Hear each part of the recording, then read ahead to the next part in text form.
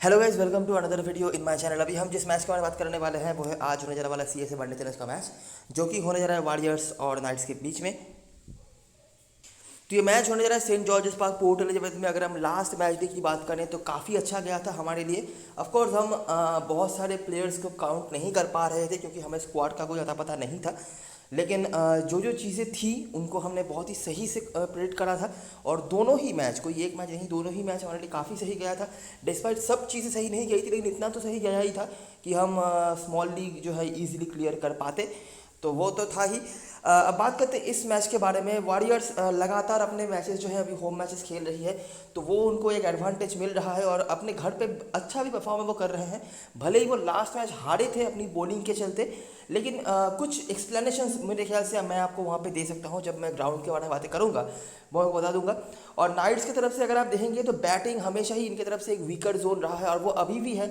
Despite Rilee रसू जैसे बड़े player को उन्होंने इंक्लूड करके रखा हुआ है, उसके बावजूद भी उनकी बैटिंग अभी तक उतनी अच्छी नहीं हो पा रही है। शॉर्टर फॉर्मेट में अलग बात है, लेकिन लॉन्गर फॉर्मेट में अभी तक हमें वो चीज़ देखने को नहीं मिल रही है। रेनार्ड वैन टॉन्डर ने इस सीज़न में अच्छा स्टार्ट करके रखा हुआ है, बीच में कुछ रन उन्होंने बनाए हैं, लेकिन लास्ट मैच में वो भी सस्ते में निपट गए। एक पाइटी वैन बिलियन जिन्होंने अकेले ही पूरी तरीके से कोशिश करके रखी हुई थी, लेकिन उतना तो नहीं वो कर पाए जितना उनको टीम को जितवाने के लिए काफ़ी हो सके। बॉलिंग उतना अच्छा नहीं हुआ था लास्ट मैच में, और बॉलिंग अगर नाइट्स की तरफ से अच्छा नहीं होता है तो वो ऑलरेडी काफ़ी हद तक मैच जो है मोस्ट टाइम हार जाते हैं, क्योंकि बहुत ही कम आपको देखने मिलेगा कि नाइट्स की टीम 300 के ऊपर कोई चेस करके जीत रही है। भले ही उन्होंने लास्ट मैच में 300 रन बना दिया था, लेकिन वो भी एक प्लेयर का आउटस्टैंडिंग परफॉर्मेंस उसके बीच में रहा है। नहीं तो जनरली नाइट्स एक बॉलिंग डिपेंडेंट टीम होती है। अगर उनका बॉलिंग सही होता है तो वो मैचेस में रहते हैं, जीत भी जाते हैं, और अगर बॉलिंग सही नहीं होती है तो बहुत हद तक वो फर्स्ट इनिंग्स में ही अगर वो समझ लिए बॉलिंग करवा रहे हैं तो फर्स्ट इनिंग्स में ही वो मैच से निकल जाते हैं। तो ये हिस्ट्री रहा है। अभी देखते हैं कि इन दोनों टीमों के बीच जब मैचेस हुए हैं तो क्या क्या चीज़ हमें देखने मिला है। यहाँ पे थोड़ा कम ही जो है आपको सारे इंडिविजुअल परफॉर्मर्स जो है वो देखने मिलेंगे। एक तो सब हर फिक्चर में ही ये रिकॉर्ड्स वगैरह थोड़े कम ही मिल रहे हैं आपको, और यहाँ पे थोड़ा और ज़्यादा होगा क्योंकि ये दोनों ही टीम जो है ना बहुत ज़्यादा टूटी है। ठीक है, चाहे आप बैटिंग से बात करेंगे, बॉलिंग से बात करेंगे, बहुत सारे इंपॉर्टेंट प्लेयर। वॉरियर्स का तो पूरा बॉलिंग स्ट्रक्चर ही चेंज हो गया है। जो बॉलिंग से वो लास्ट एडिशन में खेले थे और अभी जो बॉलिंग लाइनअप है बहुत ज़्यादा चेंजेस हैं। तो इसीलिए बहुत ज़्यादा इंडिविजुअल परफॉर्मेंस आपको देखने नहीं मिलेंगे, लेकिन फिर भी जो जो चीज़ें हैं उनको लेकर हम कोशिश करते हैं जितना हम कर सकते हैं। स्टार्ट करते हैं। वेदर यहाँ पर क्लियर है, कोई दिक्कत वाली बात नहीं है। आखिरी 5 मैचों की अगर हम बात करें तो वॉरियर्स यहाँ पर आपको आगे होते हुए दिख जाएगी 3-1 से, और एक मैच जो लास्ट एडिशन में हुआ था 2020-21 वाले सीजन में, वहाँ पे कोई मैच नहीं हो पाया था।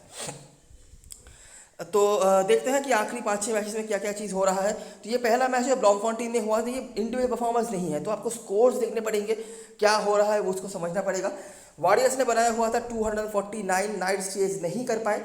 बॉलिंग उतना बुरा भी नहीं था मैं कहूँगा, लेकिन बैटिंग उतना अच्छा नहीं हो पाया। करंट स्क्वाड मेंबर्स में सबको सिर्फ बुदासा दिख जाएंगे जो अभी खेल रहे हैं, बाकी किसी का भी नाम नहीं है।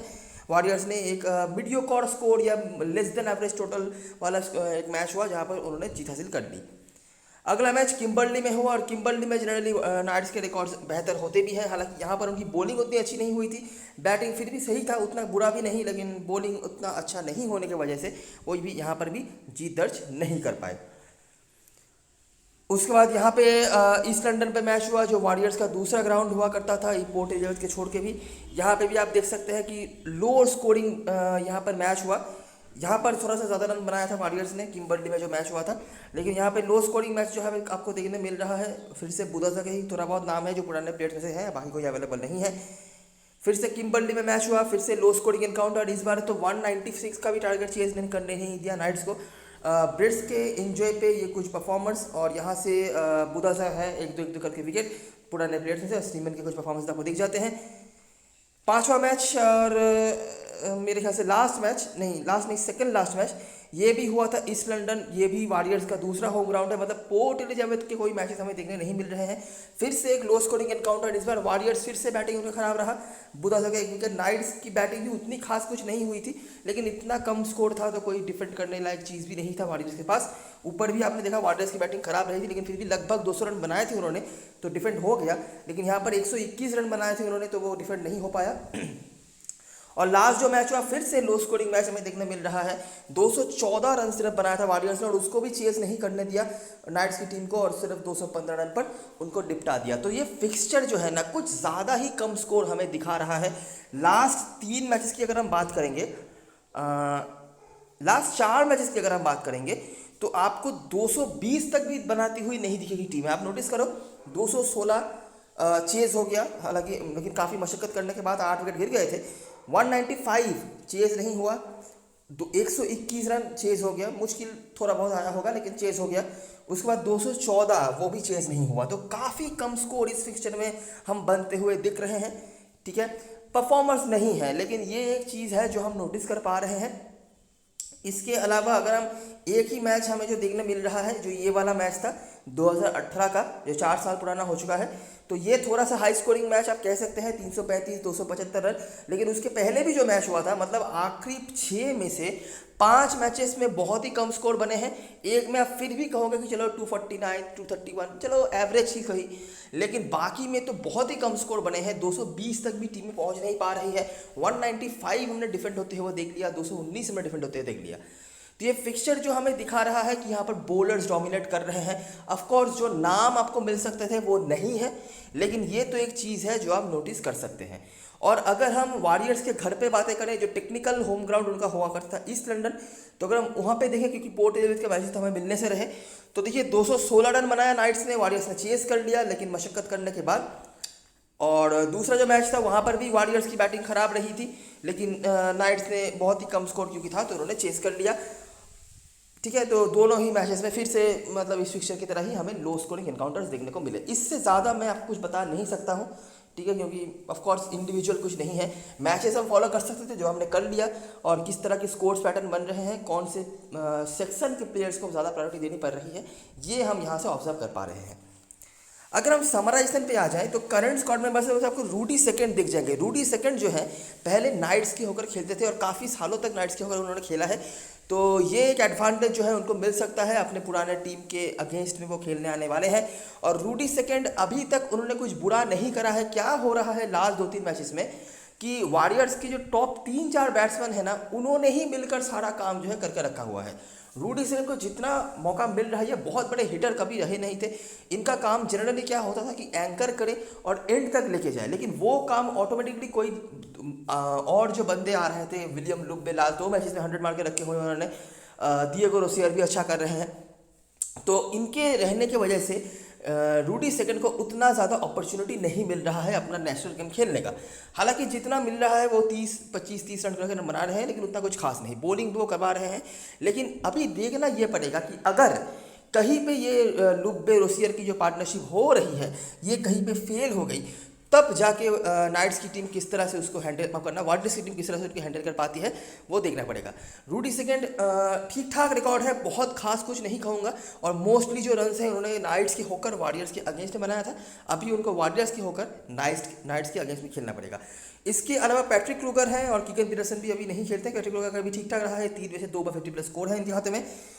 अगर हम बॉलिंग की बात करें तो फिर से कोई ज़्यादा नाम नहीं है, और जैसे मैंने बताया वॉरियर्स का पूरा स्ट्रक्चर ही बदल गया है। सिर्फ एनरिक नोकिया का नाम है जो भी अभी नहीं खेल रहे हैं काफ़ी दिनों से। तो ये रही हेड टू हेड की बातें, जो पुराने प्लेयर्स थे जो अवेलेबल हैं, थोड़ा बहुत उनके नाम हमने देख लिए हैं। अभी हम बात करेंगे ग्राउंड के बारे में। तो यहाँ पे जॉन स्मर्ट्स और ब्रेट्सकी के नाम को दिख जाएंगे। जॉन स्मर्ट्स तो वैसे भी इस ग्राउंड पे अच्छा करते थे जो पहले देखा गया था, लेकिन ब्रेट्सकी का क्या है कि 100 उन्होंने लगा के रखा हुआ है, बाकी कुछ खास इनका नहीं है। अगर हम बात करें, वैसे भी इस ग्राउंड में बहुत मैचेस नहीं खेल पाती है वॉरियर्स की टीम कभी भी, डिस्पाइट इनका पहला होम ग्राउंड होता है, क्योंकि इंटरनेशनल मैचेस भी होते हैं यहाँ पे इसीलिए। और जब भी वो खेले भी है तब भी बहुत खास कुछ रिकॉर्ड नहीं है। चेजिंग में आप कभी कभार इनको कॉन्सेंट्रेट कर भी सकते हो, और अभी तो चलिए बॉलिंग भी करवा रहे हैं, ये पहले बॉलिंग नहीं करवाते थे, तो लेकिन बाकी बहुत कुछ एक्स्ट्रा यहाँ पे आप बता नहीं सकते हैं। और बाकी स्मर्ट्स का भी नाम है, स्मर्ट्स का ही नाम है यहाँ जो आपको दिख रहा है। अभी अगर हम ग्राउंड के बारे में बातें करें तो इस ग्राउंड के लास्ट कुछ मैचेस हमने कवर करे हैं, तो जो आइडिया हमें यहाँ पे मिलता है कि चेजिंग टीम यहाँ पर प्रायोरिटी रखती है। ठीक है, लेकिन अगर आप 300 310-20 के ऊपर स्कोर बना देते हो तो यहाँ पर दिक्कत में टीमें पहुँचती है। ठीक है, लास्ट 2 मैचेस में वॉरियर्स ने ये करा है, एक मैच वो जीते हैं, एक मैच बहुत ही कम मार्जिन से वो हारे हैं। अच्छा, और एक और चीज़ जो हमें देखने मिलता है कि अगर सब कुछ सही रहा कंडीशन वगैरह, कोई बारिश नहीं है, क्लाउडी नहीं है, मॉइस्चर नहीं है वेदर में, एटमॉस्फेयर में, तो यहाँ पे स्पिनर्स का एक रोल हमें देखने मिलता है। शायद डोमिनेटिंग नहीं, लेकिन रोल होता है। ठीक है, पार्ट टाइम स्पिनर्स भी यहाँ पे आके विकेट्स निकालते हैं, जो हमने पास्ट में नोटिस करी है। अच्छा, तो देखते हैं 2019 से अगर हम देखेंगे तो केप कोबरास और वारियर्स के बीच मैच हुआ, 269 यहाँ पर बना, और ये ब्रेड्स का हाईएस्ट स्कोर जो था वो यहाँ पर आपको दिख रहा है, और बहुत ही इजीली चेज हो गया। पेसर्स का ही अपर हैंड है, और बाकी एक स्पिनर दूसरे इनिंग्स में निकाला था जिसका कोई वैल्यू है नहीं। उसके बाद 223 बनाया वारियर्स ने, कम स्कोर बन गया। स्मर्ट्स लेकिन कंसिस्टेंट है। स्पिनर्स आप देख सकते हैं, डॉल्फिन्स की बात, मतलब स्पिनर्स की बात हो और डॉल्फिन्स का नाम नहीं आए, ऐसा बहुत कम होता है। तो स्पिनर्स ने यहाँ पर अभी काम करा, डॉल्फिन्स ने काफ़ी इजीली चेस कर दिया। उसके बाद टाइटन्स, जो विशाल स्कोर उन्होंने बनाया था 369 का, और बाकी ये कुछ परफॉर्मेंस आपको दिख जाते हैं। वारियर्स ने ठीक सी बैटिंग करी, लेकिन इतना बड़ा टोटल चेज करने लायक नहीं था, वो चेज हुआ भी नहीं। और स्पिनर्स के कुछ रोल्स जो हैं स्पेशली सेकंड इनिंग्स में आपको दिख रहे हैं। उसके बाद वारियर्स और टाइटन्स के बीच मैच हुआ, रन्स काफ़ी कम बनाया था वारियर्स ने, पेसर्स का ही अपर हैंड। सेकंड देखिए, रूडी सेकंड, जो मैंने बताया हुआ है कि वो पहले बॉलिंग नहीं कराते थे, ब्रिट्स के भी नहीं कराते थे, रूडी सेकंड भी नहीं करवाते थे, लेकिन नाइट्स से वारियर्स के आने के बाद रूडी सेकंड ने अभी थोड़ी बहुत बॉलिंग करानी शुरू करी है, और यहाँ पर उन्होंने विकेट्स भी निकाला हुआ था। उसके बाद लायंस और वारियर्स के जो मैच हुआ, फिर से देखिए बैटिंग फर्स्ट में रन थोड़े से कम बने, चेजिंग हो गया। क्वेश्चन कभी कभार आपको उनका नाम जो है देखने को मिल जाता है। इस सीजन के अगर मैचेस की बात करें तो पहला मैच डॉल्फिन्स के अगेंस्ट में हुआ था। लुक बे और रोसियर ने बहुत बड़े बड़े 100 मार के रखे हुए थे। पेसर्स का अपर हैंड था। डॉल्फिन्स, जो इसकी बैटिंग इस सीजन में काफ़ी खराब चल रही है, 121 पर निपटा दिया। एंडी वनडवा जिन्होंने 3 विकेट निकाले हुए थे, लुक बे भी स्पिनर है, तो ये दोनों स्पिनर्स ने 5 विकेट निकाला हुआ था। बाकी वैन ब्यूरन कंसिस्टेंट रहे हैं इस सीजन में अभी तक, और उन्होंने यहाँ पर विकेट्स निकाला है। और लास्ट जो मैच हुआ था टाइटन्स के अगेंस्ट में, 306 रन बनाए थे, थोड़ा सा कम, मैंने बताया था 310-20, यहाँ पर थोड़ा सा कम हो गया, और वही थोड़ा सा कम यहाँ पे मतलब काफ़ी हो गया टाइटन्स को जीतने के लिए।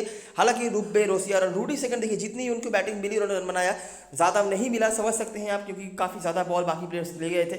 बाकी पेसर्स का रन रहा। दूसरे इनिंग्स में भी हमने देखा था कि वैन ब्यूरन कंसिस्टेंट रहे हैं, बाकी एमनिया का और स्टुरमन, लुक बे कंसिस्टेंट है। ब्रेड्स ने 1 विकेट निकाला हुआ था, लेकिन एक चीज़ जो हमने नोटिस करी थी कि स्पिनर्स इस मैच में कोई उस तरह से इफेक्ट नहीं डाल पाए थे, लेकिन उसके पहले वाले मैच में स्पिनर्स ने इफेक्ट डाला हुआ था।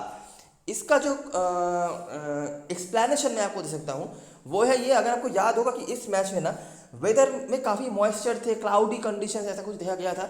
मैच के 2-3 घंटे पहले बारिश थे, मैच के एंड होने के टाइम पे बारिश था, तो उस वजह से मुझे ऐसा जब मैं देख रहा था मैच तो मुझे लग रहा था कि शायद स्पिनर्स को उतना कुछ हेल्प नहीं मिला होगा।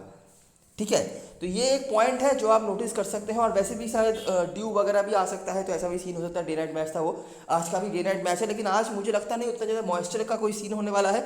तो स्पिनर्स अगर काम सही से करते हैं तो मुझे लगता है उनको आराम से विकेट मिलना चाहिए, जो यहाँ पर आपको देखने नहीं मिला है। और एक और चीज़ जो मैं पहले भी बता चुका हूँ, लास्ट मैच में भी आपने शायद फॉलो करा होगा कि नाइट्स का हिस्ट्री रहा है कि वो हमेशा ही स्पिनर्स के अगेंस्ट में स्ट्रगल करते हैं, हमेशा। ठीक है, लास्ट मैच में भी ये पॉइंट हमने नोटिफाई करवाया था, और आपने देखा होगा नील ब्रांड ने 4 विकेट निकाले हुए थे। उसके पहले तक वो ढंग से बॉलिंग भी नहीं कर पाते थे, लेकिन उन्होंने 4 विकेट निकाला हुआ। आर्नन फंगीसो ने विकेट निकाला हुआ था।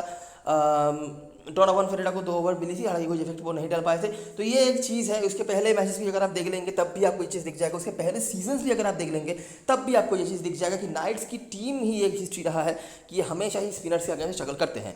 तो इसीलिए चलिए लुक बे तो चलिए ऑटोमेटिक कैप्टन है ही आपके पास, जो स्पिन बॉलिंग का दूसरा ऑप्शन प्रोवाइड करेंगे।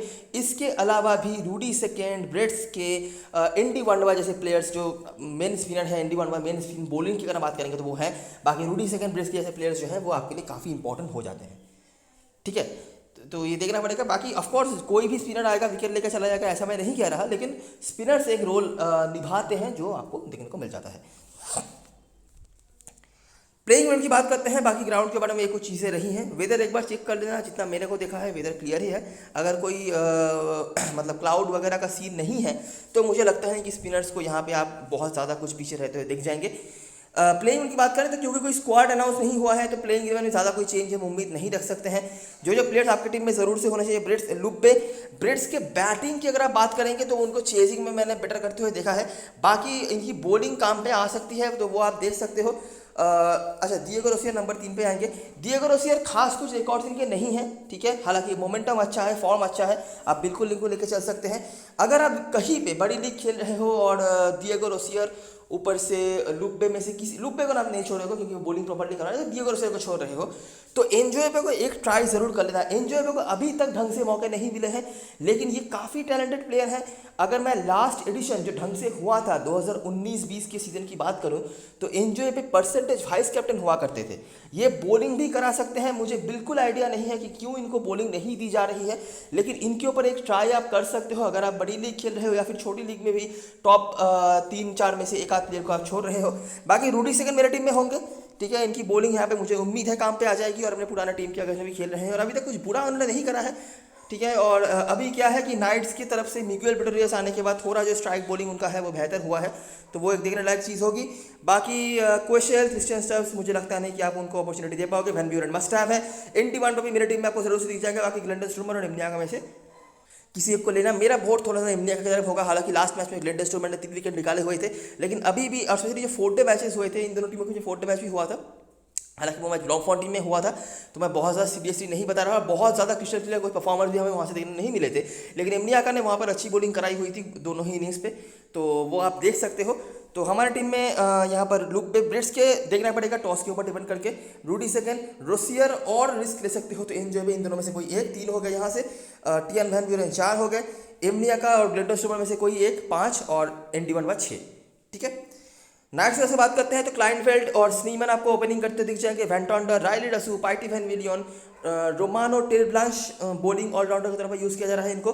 पिटोरियस, पैट्रिक क्रूगर, जेराल्ड कोर्सी, मोशेल जो कीपिंग के लिए ही यूज़ किया जा रहा है। मुझे बिल्कुल आइडिया नहीं है क्यों ऐसा कराती है टीम। एक मतलब ये एक ट्रेंड सा बना आता है नाइट्स की टीम में कि एक फोकट का प्लेयर आपको देखने मिल ही जाता है, इनका कोई रोल नहीं होता है, सिर्फ कीपिंग करते हैं। वो भी अगर ढंग से कोई फैंटेसी की तरफ से अगर आप बात करेंगे तो वो भी अगर ढंग से वो पॉइंट दे पाते तो अलग बात है, लेकिन वो भी वो नहीं कर पाते हैं। तो मुझे तो बिल्कुल समझ नहीं आता कि क्यों वो ऐसा करते हैं, क्योंकि वैन बिजलन ऑलरेडी वो कीपिंग कर सकते हैं, ठीक है। उन्होंने पास्ट में करा भी हुआ है, T20 सीजन में भी करके रखा हुआ है, लेकिन पता नहीं क्यों यहाँ पर वो नहीं करवाते हैं। और एल्फी मोथवा जो आपको दिख जाते हैं।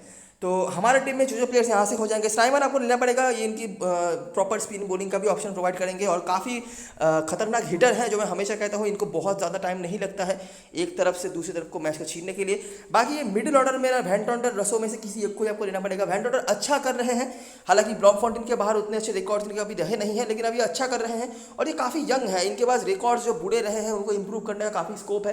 रायली रसो इतने बड़े प्लेयर हैं, इतना एक्सपीरियंस है इनके बाद, उसके बावजूद भी उतना कुछ खास नहीं कर पा रहे हैं, ठीक है। ये कंसर्निंग चीज़ है अगर हम नाइट्स के पर्सपेक्टिव से बात करें तो इन दोनों में से किसी एक को आप ले सकते हो।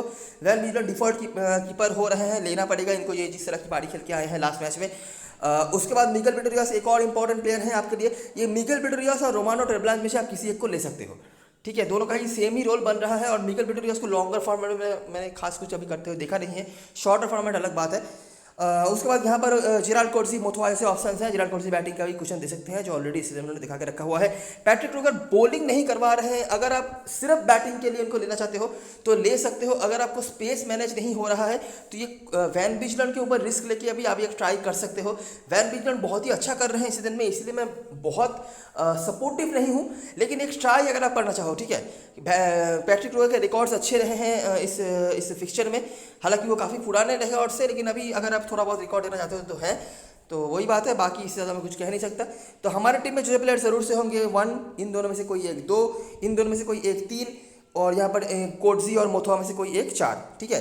बाकी पैट्रिक क्रूगर अगर आप वैन बिजलन को ड्रॉप कर सकते हो तो ले सकते हो, बाकी मेरा कोई खास प्रायोरिटी वगैरह नहीं है। अगर मैं यहाँ पर बताऊँ तो वेंटॉन्डर, रसो में से वेंटॉन्डर बेटर कर रहे हैं, ठीक है, और पोटेंशियल भी इन पर ज़्यादा दिख रहा है। रसो एक्सपीरियंस बहुत ज़्यादा है, नाम है, बॉलिंग भी कभी कभार करवा रहे हैं, तो इसीलिए सेफ पिक होंगे। तो हो गया, ये सिलेक्शन आपको करना है। रोमानो टेलब्लांच अच्छी बॉलिंग करा रहे हैं, भले ही रन देकर जा रहे हैं, लेकिन डेथ ओवर में अच्छी बॉलिंग करा रहे हैं, और पिटोरियस ओपनिंग स्पेल में अच्छी बॉलिंग करा रहे हैं। बाकी बैटिंग हैंड दोनों का ही सेम ही है, खास कुछ एक्स्ट्रा प्रायोरिटी देने वाली कुछ नहीं है। और जेराल्ड कोर्सी बैटिंग क्वेश्चन आपको दे सकते हैं, तो वो आप देख सकते हो अगर खेलते हैं तो, और नहीं तो यहाँ पर मोथवा आप ले सकते हो। हालांकि लास्ट मैच में जेराल्ड कोर्सी खेले नहीं थे, मलंगा खेले थे, कुछ खास इफेक्ट तो रहा नहीं था। तो अगर कुछ इशू नहीं है तो या तो जेराल्ड कोर्सी या बुधासा में से किसी को वापस लाना चाहिए मेरे हिसाब से, वो देखना पड़ेगा क्या करती है टीम। कैप्टन फर्स्ट चॉइस की बात करें तो लुब्बे वैन ब्यूरन ये सेफेस्ट कैप्टन फर्स्ट चॉइस होंगे अगर आप वॉरियर्स की तरफ से देख रहे हो तो, और उसके बाद रोसियर ब्रिट्स के रिस्की में सेकेंड मेरी टीम में ये ज़रूर से हो जाएंगे। मुझे लग रहा है कि इनकी बॉलिंग भी यहाँ पर काम पे आ सकती है और बैटिंग पे भी रिकॉर्ड्स इनके अच्छे खासे हैं, बुरे नहीं हैं और काफ़ी सारे पॉइंट्स भी हैं जो इनके बैटिंग के सपोर्ट में बातें कर रहे हैं। और उसके बाद एनजीओ पे और ND1 में से कोई एक।